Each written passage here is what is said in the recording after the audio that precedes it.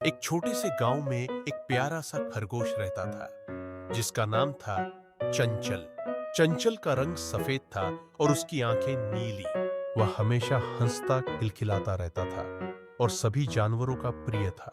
चंचल के पास एक खास दोस्त था, एक बुद्धिमान कछुआ जिसका नाम था धीमा।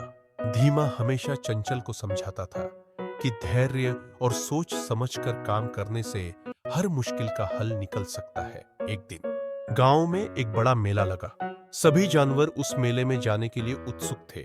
चंचल ने सोचा कि वह सबसे तेज दौड़ने वाला है और वह मेले में सबसे पहले पहुंचेगा। उसने धीमा से कहा, मैं सबसे पहले मेला देखूंगा, तुम धीरे धीरे आना। धीमा ने मुस्कुराते हुए कहा, पर ठीक है, लेकिन याद रखना, दौड़ने से ज्यादा जरूरी है सही रास्ता चुनना।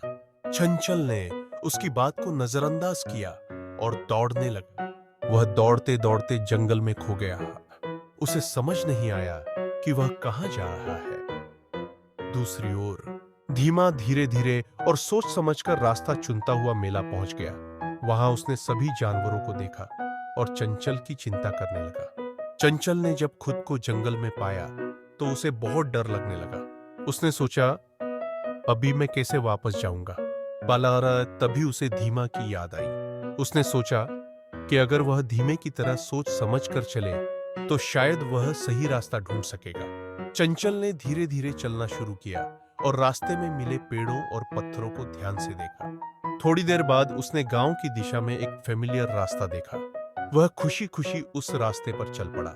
जब चंचल मेला पहुंचा तो उसने देखा कि सभी जानवर उसका इंतजार कर रहे थे। धीमा ने चंचल को देखकर कहा, देखा, धैर्य और सोच समझकर चलने से तुम सही जगह पहुंच गए। चंचल ने मुस्कुराते हुए कहा, हाँ, मैंने सीखा कि दौड़ने से ज्यादा महत्वपूर्ण है सही रास्ता चुनना। हर उस दिन से चंचल ने हमेशा धीमा की सलाह मानी और दोनों दोस्त मिलकर गांव में खुशियों का संचार करने लगे। उन्होंने समझा कि जीवन में धैर्य और समझदारी से काम करना सबसे महत्वपूर्ण है।